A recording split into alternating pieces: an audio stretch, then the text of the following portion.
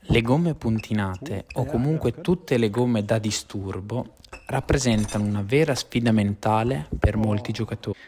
Questa tipologia di gomme può trasformare un match solo apparentemente innocuo in un enigma difficile da risolvere. Da Luka Mladenovic a Manika Batra, le gomme puntinate stanno conquistando la scena internazionale, creando un nuovo livello di sfida per chiunque le affronti. Non solo modificano la traiettoria della pallina in modo a volte difficile da prevedere, ma mettono alla prova anche la concentrazione e la stabilità mentale. Ma non temere, perché in questo video ti svelerò le strategie psicologiche più efficaci per mantenere la calma, adattarti rapidamente e reagire funzionalmente a questi avversari insidiosi. Iniziamo!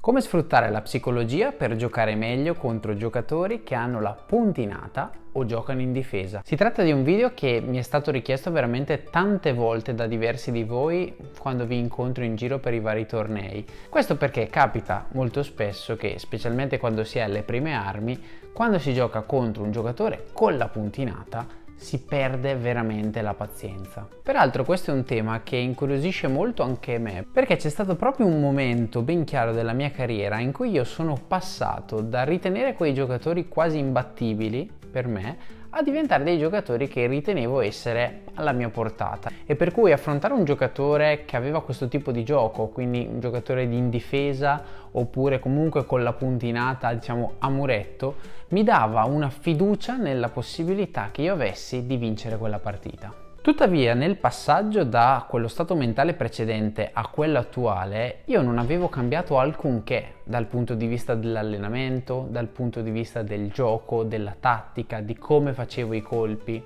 L'unica cosa che era cambiato era il mio approccio mentale a questo tipo di partite. Per parlare di cosa è successo in quel momento voglio sottolineare in particolare due aspetti. Il primo aspetto riguarda un atteggiamento che rivedo veramente molto spesso nei giocatori, ed è quello che io chiamerei una sorta di razzismo implicito nei confronti di chi usa determinate gomme, che rappresentano una variazione rispetto al gioco standard con due lisce. È come se verso questa tipologia di giocatori venisse fuori una sorta di odio incondizionato, quasi come se non facessero neanche il nostro stesso sport. E per cui c'è l'immaginario che se uno utilizza un certo tipo di gomme è perché non è realmente in grado di fare il gioco più pulito, quello con due lisce, oppure ancora peggio perché vuole vincere facile. Queste però, e lo dico nella forma più forte ed esplicita che mi viene, sono tutte idiozie. Il tennis tavolo è uno sport così bello anche per la sua variabilità, perché tutti abbiamo a disposizione un'infinità di materiali diversi tra cui scegliere. E l'utilizzo di un gioco difensivo con una gomma diversa da quella liscia non è altro che una scelta alternativa del tipo di gioco che uno può voler fare. Quindi la prima cosa da fare è riconoscere, capire ed accettare che l'avversario sta facendo qualcosa di assolutamente legittimo. Non vuole rubare niente a nessuno e non sta facendo il furbo in nessun modo. Fatta questa dovuta premessa, che può sembrare che esuli un po' dal gioco, ma in realtà non è così, perché ci sono molti giocatori che quando vedono una gomma di questo tipo, già all'inizio della partita partono con un pregiudizio enorme. E questo pregiudizio condiziona la loro partita, perché davanti alla prima difficoltà scatteranno nella nostra mente frasi del tipo: ecco, questo qua gioca così, la solita schifezza, perdo per colpa di quella gommaccia. E quindi questo porta a prendere delle scuse che non prenderemmo se stessimo giocando con un giocatore con due lisce. Il secondo aspetto di cui vorrei parlarvi è una cosa altrettanto ovvia ma che spessissimo ci si dimentica, ovvero che l'obiettivo di un gioco difensivo, che quindi utilizza una gomma puntinata, è quello di portare l'avversario a commettere più errori.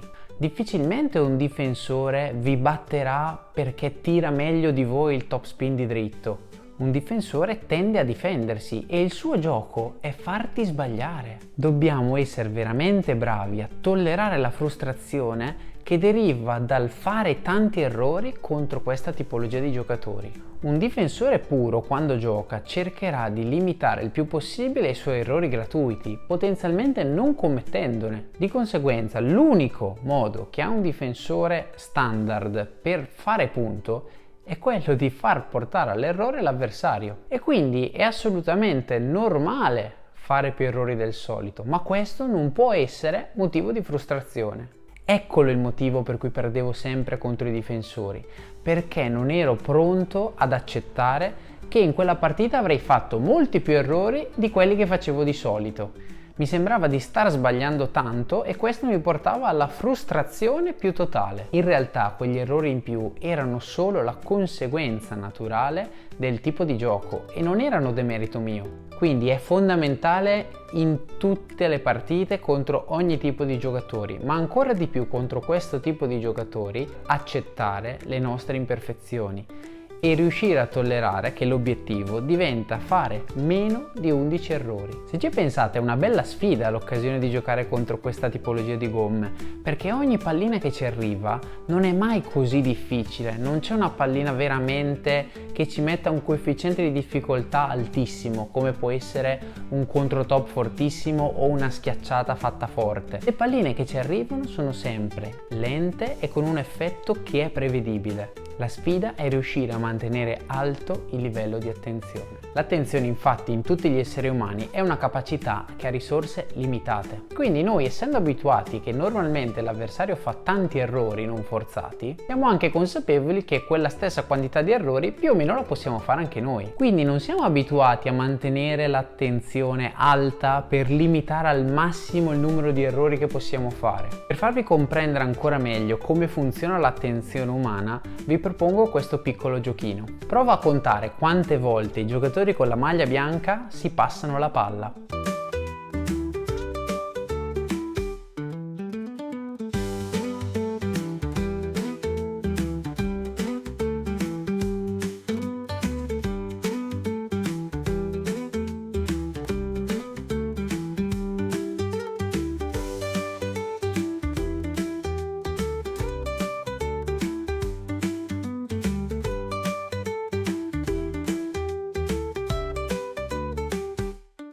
La risposta corretta è 16 passaggi.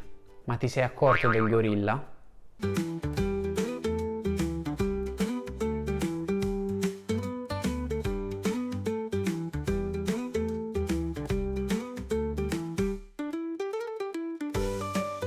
Quando siamo concentrati a guardare qualcosa, spesso, anche se ne avremmo la capacità, non dedichiamo le giuste risorse a un altro compito. E quindi, seppure tutti noi, quando ci valutiamo su una singola palla, possiamo dire ok, questa pallina la so fare, non la sbaglio, nella partita la nostra attenzione fluttua su varie cose e quindi a volte si fanno degli errori stupidi, dovuti semplicemente a una mancanza di attenzione. Quindi contro i puntini, le difese o le antitop, una grande attenzione deve proprio essere nel valutare l'effetto e nel ricordarsi che l'obiettivo è sbagliare poco, perché è solo sui nostri errori che l'avversario potrà fare dei punti. Per concludere voglio riprendere una frase che diceva sempre il mio primissimo allenatore. Infatti lui mi diceva sempre che io sono stato fortunatissimo a scegliere di giocare proprio a tennis tavolo. Infatti ho trovato uno sport che è uno dei pochissimi, se non l'unico, in cui in ogni frazione di partita, quindi in ogni set, ho addirittura la possibilità di fare 9 errori. E allora vi sfido, e se ci riuscite vi invito a scriverlo nei commenti, a trovare un altro sport che consenta di fare così tanti errori, ben 9, in pochissimi minuti e comunque dar la possibilità di vincere il set stesso e la partita. E allora grazie per aver guardato il video e noi ci vediamo in un prossimo video del Dottor Psi Pong.